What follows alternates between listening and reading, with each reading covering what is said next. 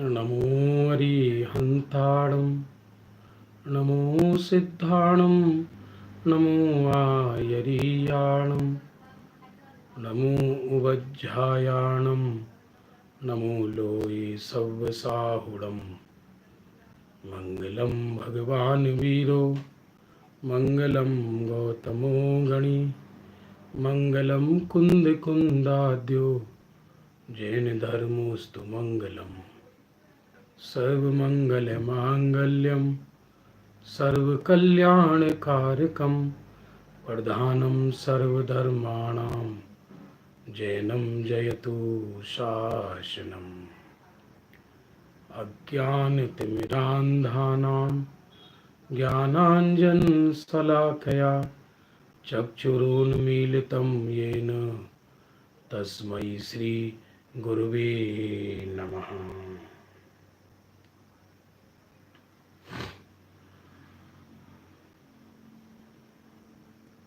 बंधुओं,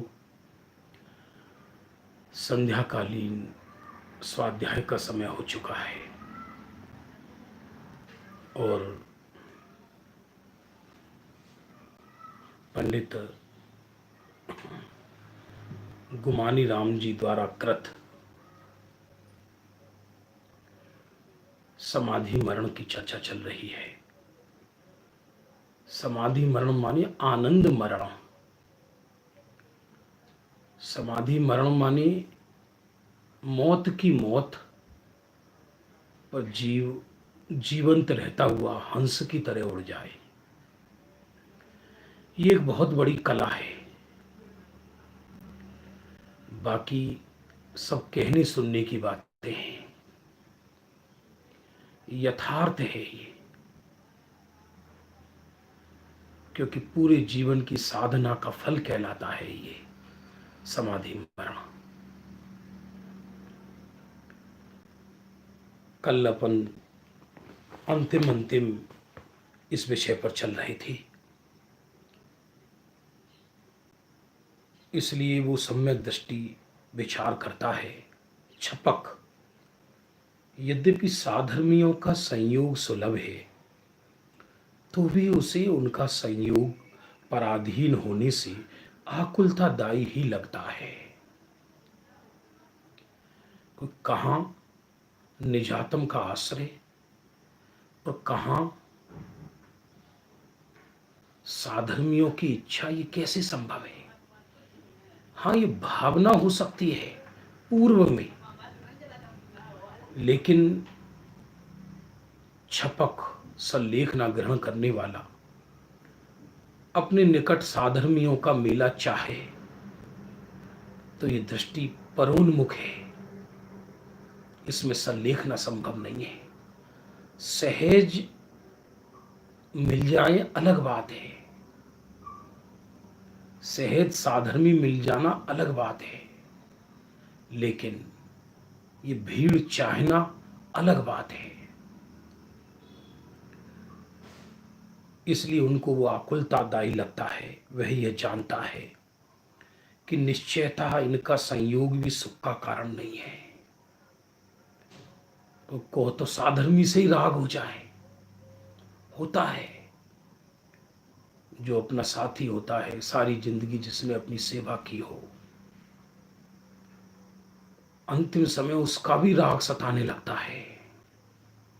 इसलिए जो छपक होगा वो उसको भी अपने सन्निकट नहीं रखना चाहेगा। भाई, अब तुम अपना करो, अब हम अपना करें। सुख का कारण एक मेरा शुद्धोपयोगी ही है, क्योंकि जो त्रिकाली ध्रुव चैतन्य कारण परमात्मा है वो न सुख का कारण है न दुख का कारण है।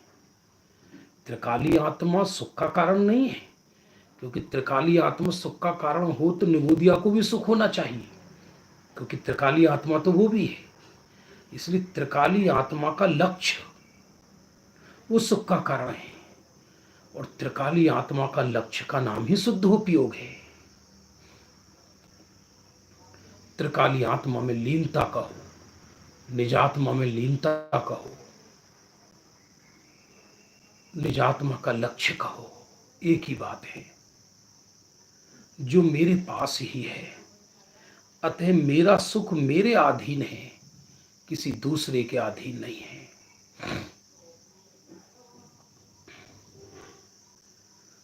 सम्यक दृष्टि इस प्रकार आनंदमयी हुआ,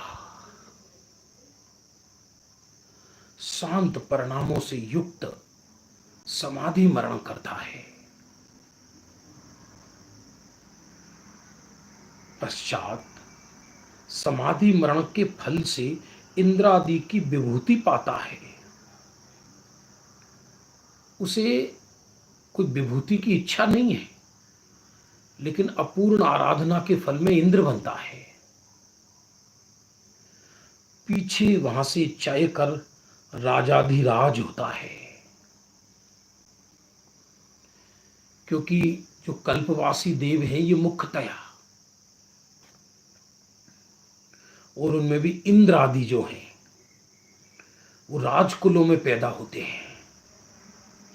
पश्चात कितने ही काल राज्य की विभूति भोग कर, दीक्षा धारण कर, छपक श्रेणी चढ़कर, चार घातिया कर्मों का नाश कर केवल ज्ञान लक्ष्मी को पाता है।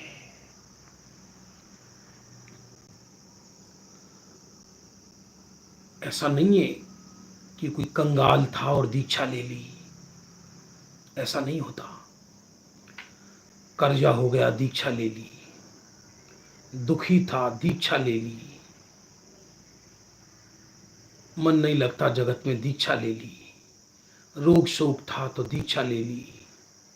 ऐसा नहीं, ये ढोने का मार्ग नहीं है।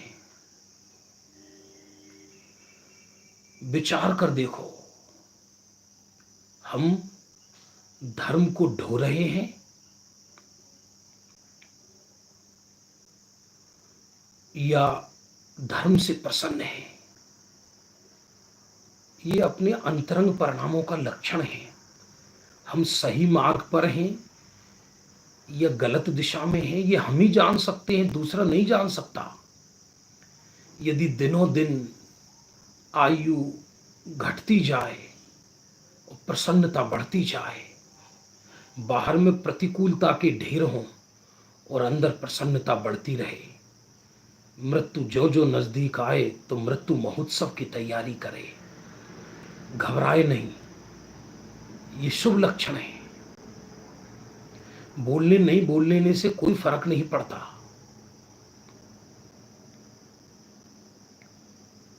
टोडरमल जी ने लिखा है मोक्ष मार्ग प्रकाशक में, कदाचित मिथ्या दृष्टि इतना अच्छा पढ़ा दे कि उसके निमित्त से दूसरों को संकित हो जाए। ये ऐसा कैसे संभव है कि हाँ, पूर्व में किसी ज्ञानी की देशना सुनी हो और वर्तमान में कोई मिथ्या दृष्टि शास्त्रोक्त बोलता हो, आगम विरुद्ध नहीं, शास्त्रोक्त, तो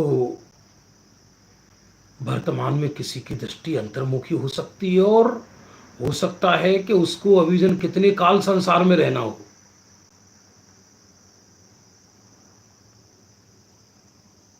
इसलिए ये प्रसन्नता का मार्ग है। फिर केवल ज्ञान लक्ष्मी को पाता है, और केवल ज्ञान लक्ष्मी भी देखा जाए तो समाधि मरण का ही फल है। कैसी है केवल ज्ञान लक्ष्मी? उसमें त्रिकाल संबंधी समस्त लोकालोक के चराचर पदार्थ एक समय में आकर झलकते हैं। उसके सुख की महिमा वचन अगोचर है। केवल ज्ञान में लोकालोक के पदार्थ, प्रवचन सार में लिखा, जैसे घुस गए हों, कीलित हो गए हों, उनको वो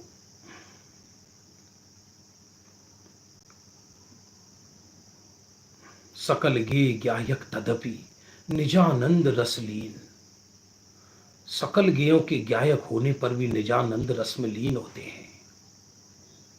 फिर अनंत काल तक समाधि में ही रहते हैं, परम समाधि में। सिद्ध भगवान क्या है? परम समाधि में है। ध्यान देना, जहां समाधि के बाद स्वर्ग आदि मिल जाए उसका नाम समाधि मरण। और जिस समाधि के बाद फिर कभी समाधि न टूटे, उसका नाम निर्वाण। इति समाधि वर्णन संपूर्णम। इस प्रकार समाधि का वर्णन संपूर्ण होता है। माने ये पंडित गुमानी राम जी द्वारा कृत ये छोटा सा एक मात्र करीब 15 पेज का समाधि मरण वर्णन पूरा होता है। विशिष्ट तो भगवती आराधना में बहुत विस्तार से है। आज हम भगवती आराधना से ही 5 तरह के मरण की चर्चा कर रहे हैं। 17 तरह के मरण की अलग चर्चा है इससे पहले, पर चूंकि समाधि मरण का आज अंतिम पीरियड है, कल से इसी समय चर्चा संग्रह एक अद्भुत ग्रंथ है जिसमें अपूर्व अपूर्व बात सुनने को मिलती है चारों अनुयोगों की। ज्ञान वैराग्यमय, कल से वो चर्चा करेंगे। तो यहां क्या कहते हैं कि पंडित 5 प्रकार के मरणों को कई आचार्यों ने यथाक्रम से प्रशस्ततम, प्रशस्ततर, ईसत, प्रशस्त, अवशिष्ट और अवशिष्टतर इन नामों से कहा है। सरल नाम क्या है उनके बताते हैं। जिनका ज्ञान, दर्शन, चारित्र और तप में अतिशय सहित पांडित्य है, जो केवल ज्ञान के धारक हैं। ये भगवती आराधना चल रही है अभी। छायिक सम्यक दृष्टि, वे यथाख्यात चारित्र और उत्कृष्ट तपस्रण के धारक हैं। उन केवली भगवान के शरीर त्याग करने को पंडित पंडित मरण कहते हैं। पंडित शब्द सुनने से आदमी को ऐसा लगता है ना, पंडित माने पोंगा। केवली को पंडित पंडित कहा, 2 बार पंडित माने केवली भगवान।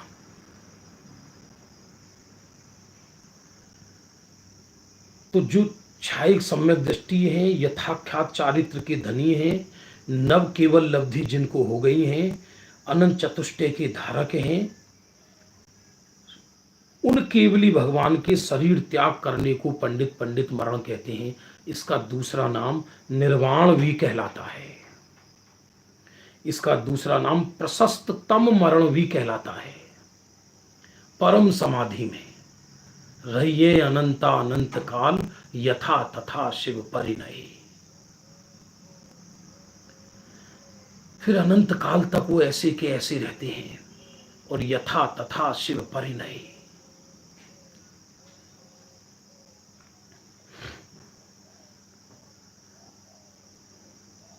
और ये मरण बुद्धिपूर्वक नहीं होता, क्योंकि बुद्धिपूर्वक माने इच्छा पूर्वक। इच्छा तो 10वें गुण स्थान तक है, इसके आगे इच्छा ही नहीं है। इसलिए केवली को दिव्य ध्वनि खिलाने का भाव भी नहीं आता, गमन करने का भाव भी नहीं आता, योग निरोध करने का भाव भी नहीं आता। सब आयु कर्म के हिसाब से स्वयं ही ऑटोमेटिक अपने आप होता है। जैसे एक पेड़ पर जो पत्ते होते हैं, वो पतझड़ में अपने आप झड़ जाते हैं और सावन में नए निकल जाते हैं। झड़ने वाले पत्तों को ये भाव नहीं आता कि हमको झड़ना है, और निकलने वाले पत्तों को ये भाव नहीं आता कि हमको निकलना है। स्वयमेव सृजन होता है और स्वयमेव विध्वंस होता है। तो स्वयमेव ही उनकी दिव्य ध्वनि गिरती है, स्वयमेव गमन होता है, स्वयमेव योग निरोध होकर पंडित पंडित मरण होता है। अब इसके बाद उससे नीचा पंडित मरण, जिनका ज्ञान चारित्रादि परम प्रकर्षता को प्राप्त नहीं हुआ। परम प्रकर्ष जी कहां पर प्राप्त होता है? परम प्रकर्ष, जहां गिरने का अवसर खत्म हो जाए, 12वें गुण स्थान से। क्योंकि वो परम प्रकर्ष वास्तव में 13वां 14वां गुण स्थान कहलाता है। ऐसे प्रमत्त संयत आदि 6ठे गुण स्थान से लेकर 11वें गुण स्थानवर्ती साधुओं का जो मरण होता है, उसे पंडित मरण कहते हैं। छठे गुण स्थान से लेकर 11वें गुण स्थान तक जो मरण होता है उसको पंडित मरण कहा। पंडित पंडित मरण नहीं, पंडित मरण। शास्त्रीय भाषा में इसको प्रशस्ततर मरण भी कहा गया है। फिर से सुनना, जिनके ज्ञान चारित्र आदि परम प्रकर्षता को प्राप्त नहीं हुई, पूर्ण नहीं हुई, सीधी बात है। यद्यपि 11वें गुण स्थान में चारित्र पूर्ण है, लेकिन वो उपशम है, गिरेंगे नियम से, पर ज्ञान पूर्ण नहीं है वहां। ऐसे छठे गुण स्थान से लेकर 11वें गुण स्थान तक साधुओं का जो मरण होता है उसे पंडित मरण कहा है। क्या आश्चर्य है। कोई संसार में लोक में पंडित देह छोड़े उसे पंडित मरण कहते हैं, ऐसा नहीं, ऐसा मत समझना बंधुओं। ये तो वर्तमान में नाम ने से पंडित कहलाते हैं हम जैसे लोग। तो वास्तव में तो पंडित पंडित तीर्थंकरों को कहा, और छठे गुण स्थान से 11वें गुण स्थान तक को पंडित कहा। उनके देह छोड़ने को पंडित मरण कहा। किसी को प्रश्न होगा कि 12वें गुण स्थान को क्यों नहीं लिया, कि छठे गुण स्थान से लेकर 12वें गुण स्थान तक के मरण को पंडित मरण कहते हैं, तो 12वें गुण स्थान को क्यों नहीं कहा पंडित मरण में? क्योंकि 12वें गुण स्थान में मरण ही नहीं होता, इसलिए 12वें गुण स्थान में मरण नहीं होता, इसलिए 12वें गुण स्थान का ग्रहण यहां नहीं है।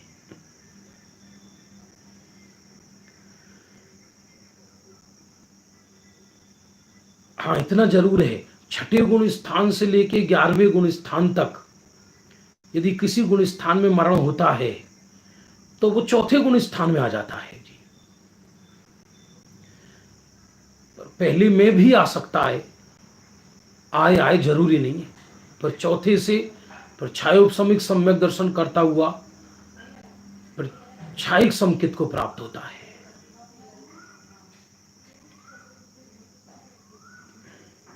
और तीसरे मरण का नाम है बाल पंडित मरण। संयता संयत, अर्थात संयत कुछ संयम कुछ असंयम, संयता संयत माने पंचम गुण स्थानवर्ती श्रावक को बाल पंडित कहते हैं। कमाल हो गया, बाल भी और पंडित भी। क्या कहा? माने संयता संयत माने जो पंचम गुण स्थानवर्ती श्रावक है उसको भी अकेला पंडित मरण नहीं कहा, उसको बाल पंडित मरण कहा है। उसका रीजन बता रहे हैं कि उसको अभी पूर्ण संयम नहीं हुआ। जिसको पूर्ण संयम होता है,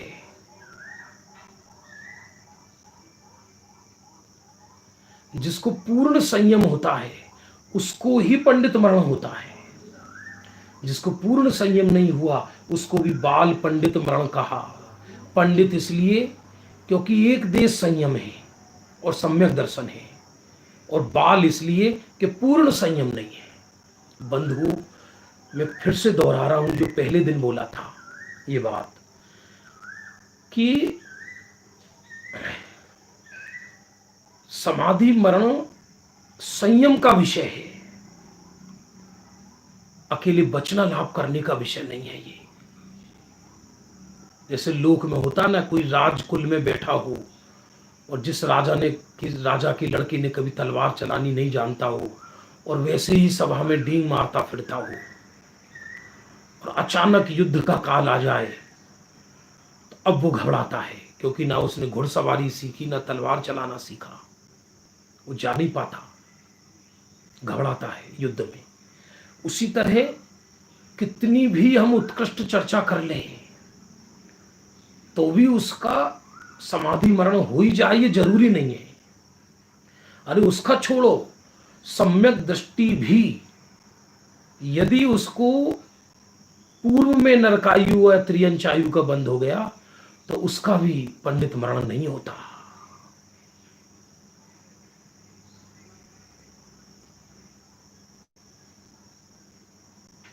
अवश्य लिखेंगी। प्रश्न आया है, तारीख लिखेंगी। हम तारीख की जगह क्रम लिखते थे, 1 नंबर, 2 नंबर, 3 नंबर। कल से हम जो नया विषय चलेगा उसमें तारीख भी लिखेंगी अवश्य।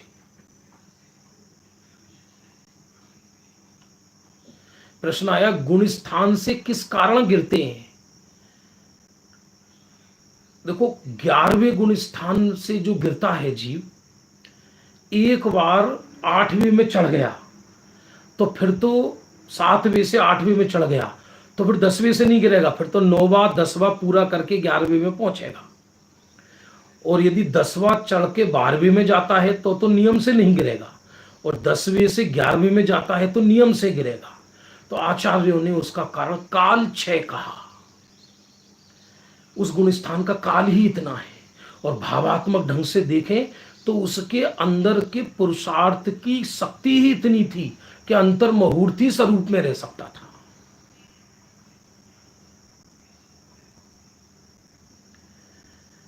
ऐसा है। अब गुण स्थान का विषय है, चर्चा संग्रह में आएंगे, बहुत विषय ये लेंगे अपन आनंद पूर्वक। तो सुनिए, अब संयता संयत को बाल पंडित कहते हैं। रत्नत्रय में परिणत होने वाली पंडा, पंडा माने बुद्धि, जिसको प्राप्त हो गई है उसे यहां पंडित माना है। क्या गजब लिखा है! रत्नत्रय में जिसकी बुद्धि परिणमित हो गई है उसे पंडित माना है।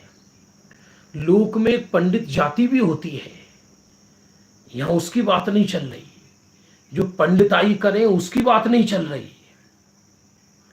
जो पंडित नाम धराए अकेला उसकी बात नहीं चल रही।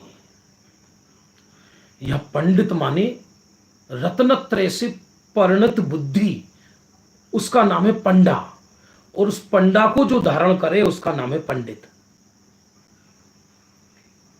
इसलिए श्रावक को बाल पंडित कहा है।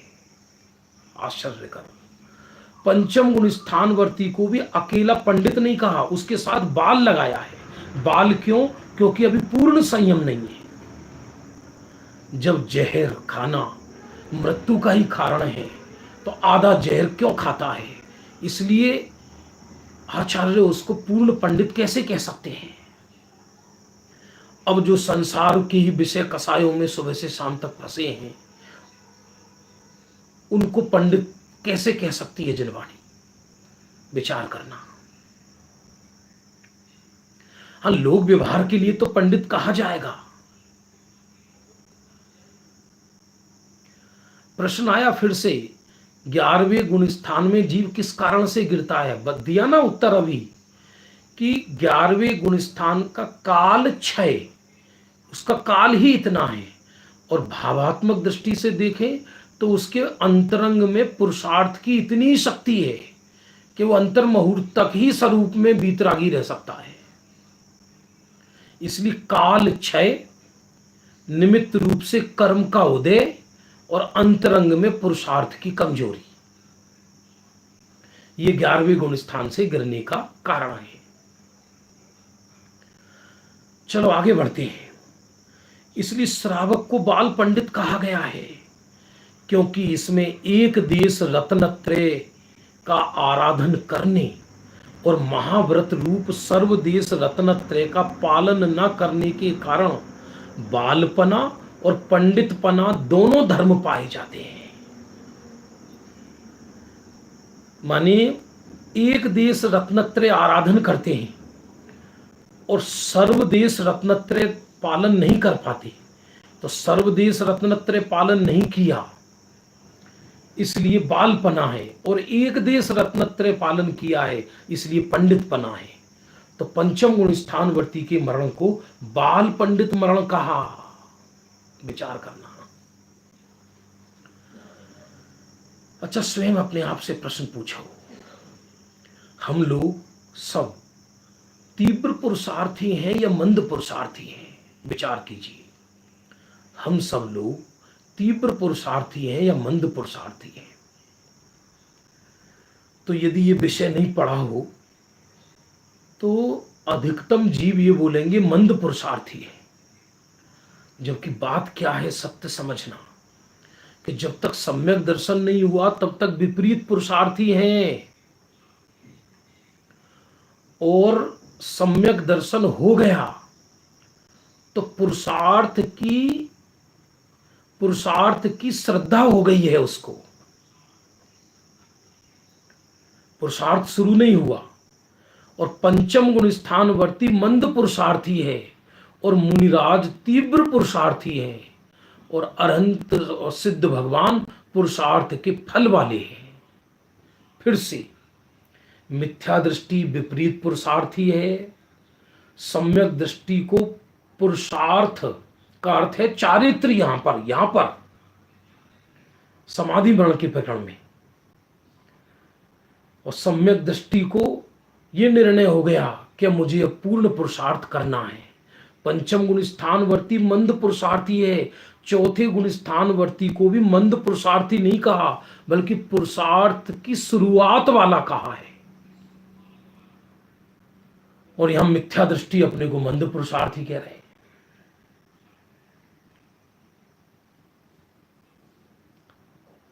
और पंचम गुण स्थानवर्ती मंद पुरुषार्थी है, मुनिराज तीव्र पुरुषार्थी है,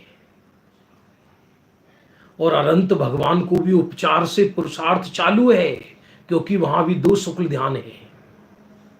और सिद्ध भगवान पूर्ण पुरुषार्थ का फल सादी अनंत काल तक आनंद भोगते हैं। तो देखिए, अतः यह बाल और पंडित उभय रूप है।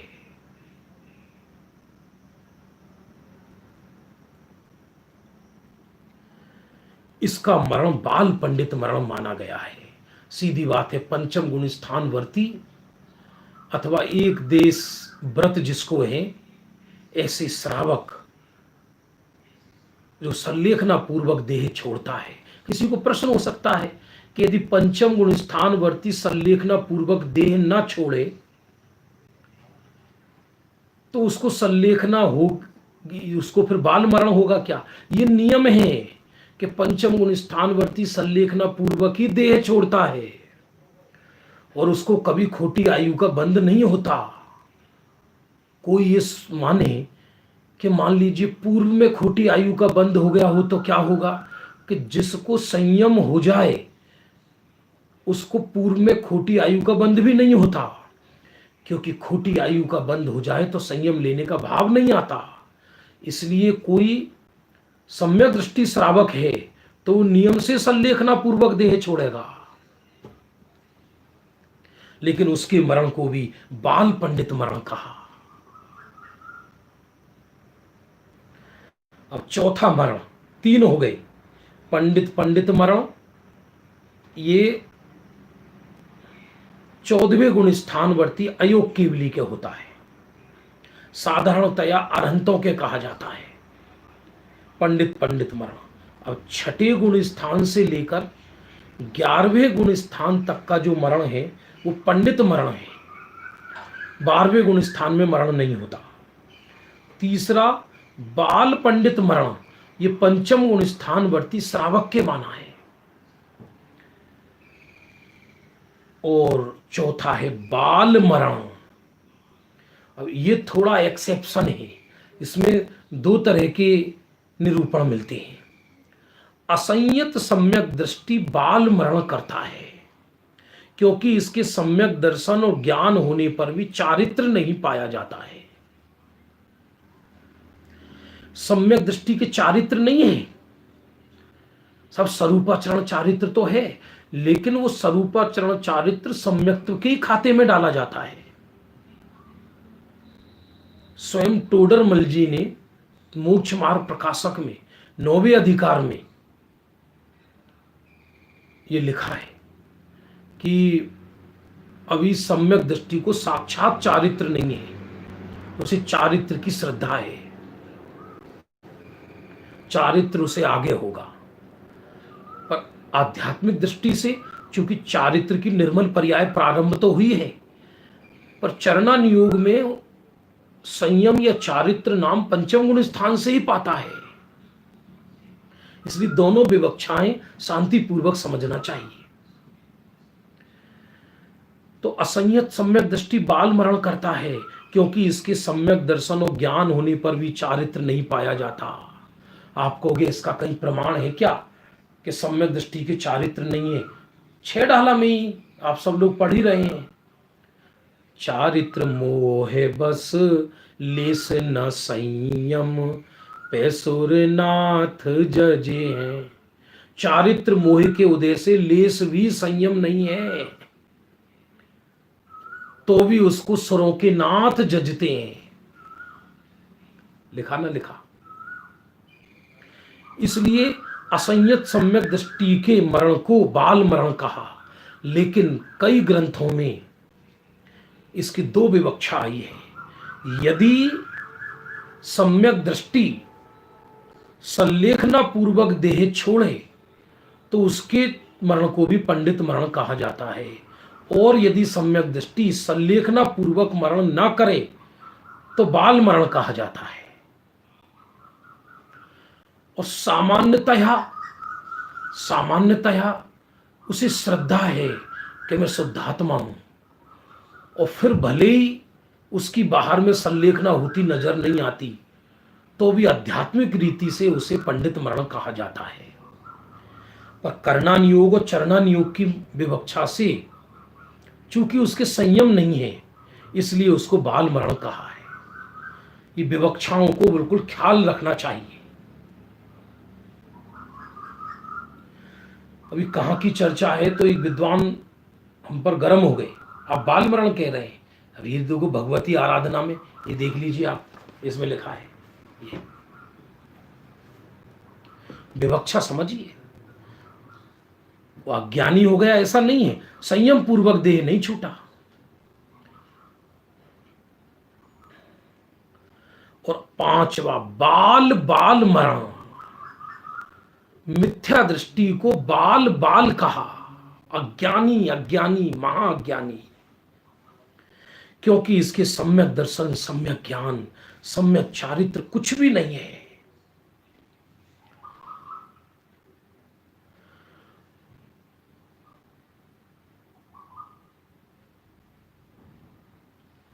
प्रश्न है, द्रव्य दृष्टि प्रकाश गुरुदेव श्री की नहीं है, निहाल भाई सोगानी जी का है। उनकी तत्व चर्चा है, उसमें अद्भुत बोल है जो गुरुदेव श्री को बहुत प्रिय था ग्रंथ। एक एक बोल ऐसा है कि व्यक्ति जवान हो जाए, शुद्धात्मा की ओर लक्ष्य हो जाए।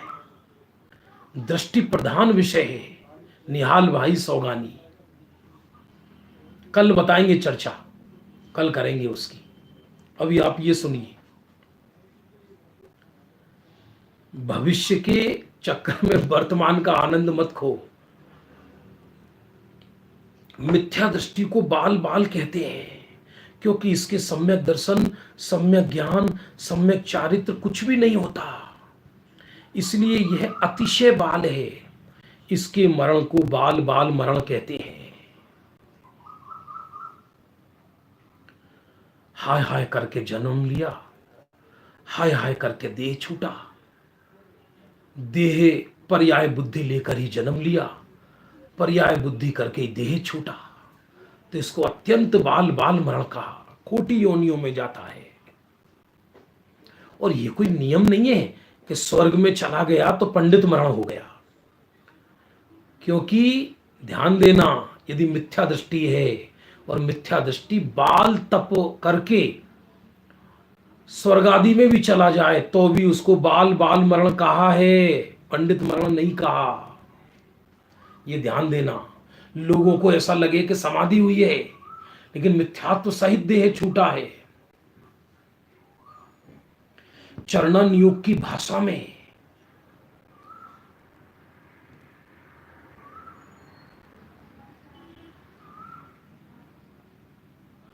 चरणन योग की भाषा में लोग व्यवहार में संलेखना भूलते हैं। जैसे कोई मिथ्या दृष्टि है और उसका शांत परिणाम पूर्वक देह छूटा, तो वो बस वो लोग व्यवहार में उपचार का उपचार करके संलेखना कही जाती है। लेकिन यदि सम्यक दर्शन ही नहीं हुआ है तो उसको पंडित मरण कैसे कह दे? इस प्रकार इन इन 5 प्रकार के मरणों में आदि की 3 मरण सदगति देने वाले हैं। आदि के 3 माने पंडित पंडित मरण, पंडित मरण और बाल पंडित मरण। पंडित पंडित मरण, पंडित मरण और बाल पंडित मरण, ये तीन सदगति। सदगति माने तीर्थंकर तो सिद्धि ही हो जाएंगे, और पंडित मरण माने मुनिराजों का, और बाल पंडित माने श्रावकों का। अब आश्चर्य करो, देखो क्या आश्चर्य है। बाबूजी युगल जी बोलते थे, युगल जी बाबूजी तो अद्भुत व्यक्तित्व हुए हैं कि हमारा जन्म अकेला सम्यक दर्शन के लिए नहीं हुआ, क्योंकि ये कार्य तो त्रियंच भी कर लेते हैं। ऐसा लिखा, हमारा जन्म अकेला सम्यक दर्शन के लिए नहीं हुआ, क्योंकि ये कार्य तो त्रियंच भी कर लेते हैं। हम जब मनुष्य हुए हैं तो कोई उत्कृष्ट कार्य करने के लिए हुए ना, पर इसका अर्थ ये नहीं कि वो सम्यक दर्शन छोड़े बिना पहले चारित्र का पुरुषार्थ कर ले, ये तो हो ही नहीं सकता।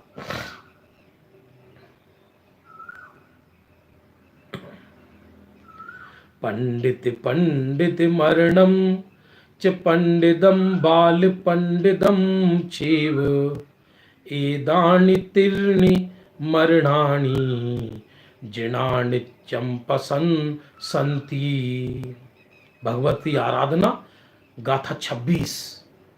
पंडित पंडित मरण, पंडित मरण, बाल पंडित मरण, इन तीनों की जिनेंद्र देव नित्य प्रशंसा करते हैं। आश्चर्य तो यह है कि बाल मरण की भी प्रशंसा नहीं की।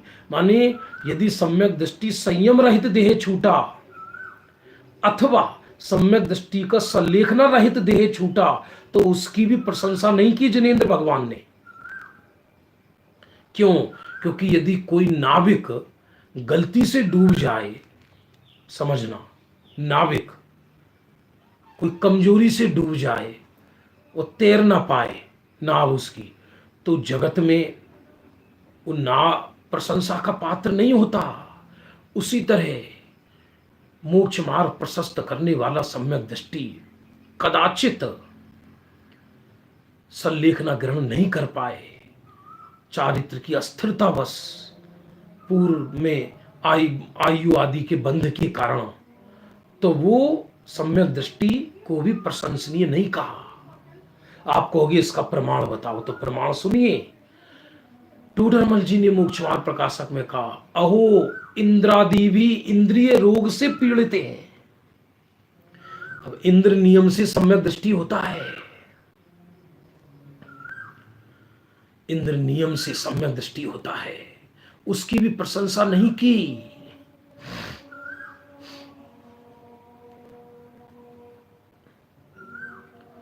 सम्यक दृष्टि के औदैहिक परिणाम प्रशंसनीय नहीं होते। ये बहुत बात को सावधानी पूर्वक समझना चाहिए, क्योंकि सम्यक दृष्टि, असंख्यात सम्यक दृष्टि इस लोक में है, और उन सबके औदैहिक परिणाम भिन्न भिन्न हो सकते हैं। एक सम्यक दृष्टि जम्बू स्वामी जैसे भी होते हैं, और एक सम्यक दृष्टि वज्रबाहु जैसे भी होते हैं। एक क्षण के लिए पत्नी छोड़ने को तैयार नहीं है, और एक सम्यक दृष्टि 96,000 विवाह करने वाले भी होते हैं।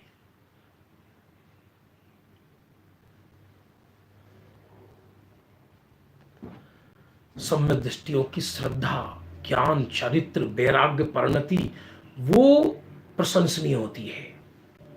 इसलिए पंडित पंडित मरण, पंडित मरण और बाल पंडित मरण, इन तीनों की जिनेंद्र देव नित्य प्रशंसा करते हैं। और सामान्यतया इन तीनों मरणों को पंडित मरण भी कहते हैं। कौन कौन से 3 मरण? पंडित पंडित मरण, पंडित मरण और बाल पंडित मरण। और इन तीनों मरणों, इन तीनों मरणों का विधि की अपेक्षा 3 भेद और किए हैं, उसकी चर्चा और करते हैं संक्षिप्त में। क्या है? भगवती आराधना में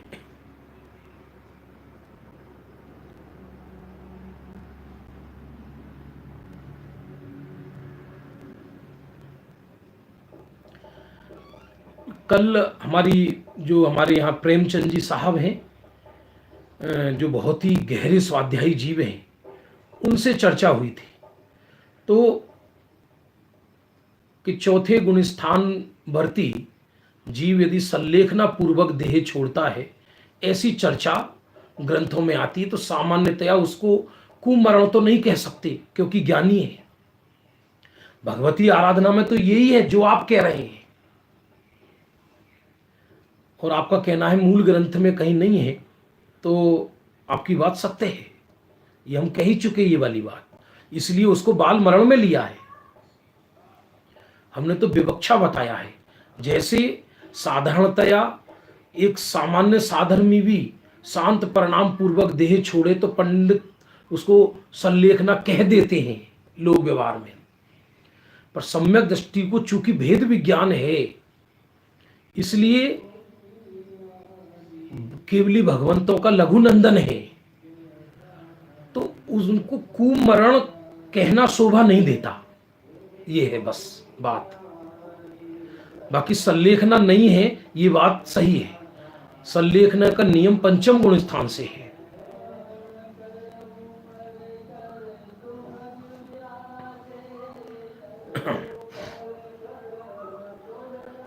अब आगे क्या कहते हैं? पायोपगमन मरणम भक्त पैंडाय इंगिणी चेव तिविहंपि पंडित मरणम साहुस जहुत चारिस। इन पंडित मरण को तीन भेद भी किए हैं। प्रायोपगमन संन्यास यानी प्रायोपगमन मरण, इंगिनी मरण और भक्त प्रतिज्ञा मरण। हमने प्रथम दिन इसके अर्थ कर दिए थे, संक्षिप्त में 2-3 मिनट में इसका अर्थ करते हैं। जो साधु रोग आदि से पीड़ित होने पर अपनी वैयावृत्ति दूसरे से नहीं करवाता और ना आप करता है, माने इतनी दृढ़ता आ गई कि हमें किसी की जरूरत नहीं है, इसलिए प्रायोपगमन संन्यास में निर्यापक हो ये जरूरी नहीं है। तो कई ग्रंथों में ऐसा लिखा।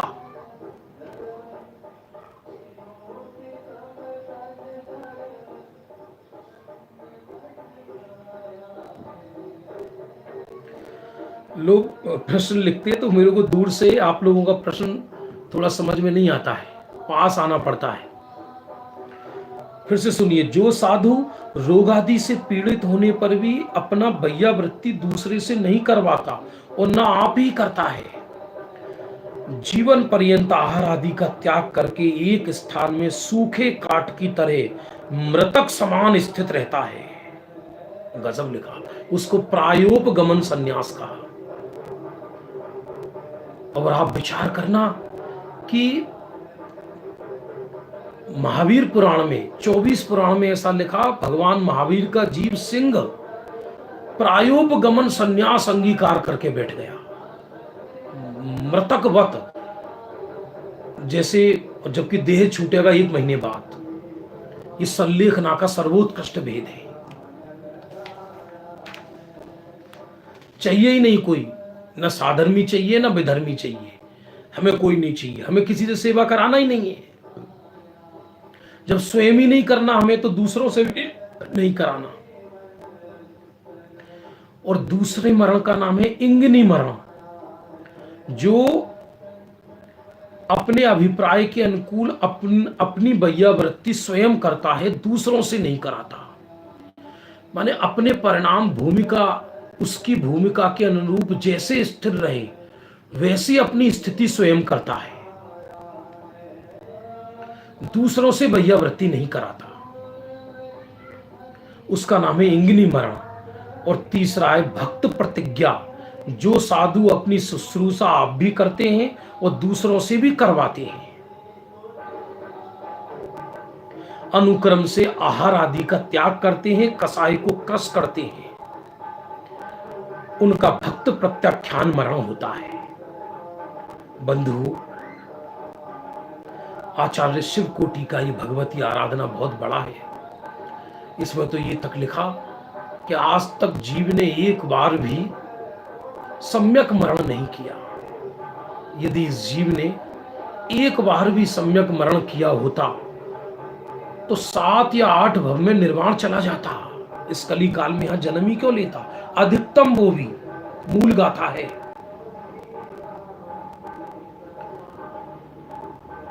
आज ये विषय हम समाप्त कर रहे हैं, भगवती समाधि मरण का। आपको जिसको विशेष रुचि हो, संयम प्रकाश ग्रंथ में भी लिखा हुआ है, पूर्वार्ध भाग 2 में, भगवती आराधना में, मरण कंडिका में, रतनकंड श्रावकाचार अंतिम अधिकार में, ये सब वर्णन लिखा है। हम सब अपने जीवन में सम्यक दर्शन ज्ञान चारित्र प्रकट करते हुए सल्लेखना धारण करें। अंतिम समय कायर ना बने, जिन धर्म को ना लजाएं। हम भी जिन धर्म के उपासक बने, जिन धर्म अकेला बातों का ना रह जाए। हम सुनाने में संतुष्ट ना हो जाएं, आप सुनने में संतुष्ट ना हो जाएं। ये केवल बातों का मनोरंजन ना रह जाए, समय पास करने की वस्तु ना रह जाए, ये रियल में आराधना बने। इसी भावना के साथ अभी अपनी बात पूर्ण करता हूं। कल की सूचना इस प्रकार है, कल से हम 2 टाइम स्वाध्याय कराएंगे। प्रातःकाल 8:15 बजे से 9 बजे तक। फिर से सुनिए, द्रव्य दृष्टि प्रकाश ग्रंथ, उसकी पीडीएफ अभी हम थोड़ी देर बाद सभी ग्रुपों पे डालेंगे जितने हमारे पास हैं। आप वहां से ले लेना। फिर भी आपको ना मिले तो बीतरागवाणी.com पर उसकी पीडीएफ पड़ी हुई है, साधर्मियों से ले सकते हैं। और उसमें भी वो तो बहुत बड़ा ग्रंथ है, केवल निहाल वाही सौगानी के बोल लेंगे। एक एक बोल ऐसे हैं, एक एक बोल ऐसे हैं कि जबरदस्त बोल है। मतलब जीवन में निराशा खत्म हो जाए, घर में ही सिद्ध बन जाए। मैं अतिशयोक्ति नहीं कह रहा, आपको कल ही बताएंगे उसकी कथा भी। और ये समाधि मरण का प्रकरण भी पूरा हो चुका है, इसलिए संध्या काल 7:15 बजे से 8 बजे तक चर्चा संग्रह ग्रंथ, ये ब्रह्मचारी रायमल जी का, टोडरमल जी के मित्र, टोडरमल जी के अभिन्न सहयोगी, टोडरमल जी के साथ निभाने वाले, चाहे शिष्य कहो या भक्त कहो या साथी कहो, उसमें से कुछ ऐसी रोमांचक चर्चा है, वो भी चारों नियोग की। उसमें एक विषय नहीं है, उसमें हजारों विषय हैं। मुक्ति के विषय, पर्वों के विषय, महापुरुषों के विषय, 63 सलाखा के पुरुषों के विषय, गति आगति के विषय। माने वो चर्चा सुनकर ज्ञान और वैराग्य में वृद्धि होगी। ये शाम को चलेगा। तो चर्चा संग्रह की पीडीएफ हम कल भेजेंगे ग्रुपों पर, और आपका द्रव्य दृष्टि प्रकाश की पीडीएफ अभी हम थोड़ी देर बाद डालेंगे, क्योंकि एक साथ डालेंगे तो सब भूल भाल जाएंगे। जिनको भी और साधर्मियों को जुड़ना हो तो आप उनको अवश्य ज्ञान कराएं, सहज। आप पर समय हो तो प्रातः काल अवश्य सुने, समय नहीं है तो आप अपनी आराधना करें, कोई दिक्कत नहीं है। हम तो अपना स्वाध्याय करेंगे। जा वाणी के ज्ञान ते सूझे लो कालो, सो वाणी मस्तक नमो सदा देत तिहुंदो। बंधुओं ध्यान देना, प्रातः 8:15 बजे द्रव्य दृष्टि प्रकाश, और शाम को चर्चा संग्रह 7:15 से 8 बजे तक। जय जिनेन्द्र।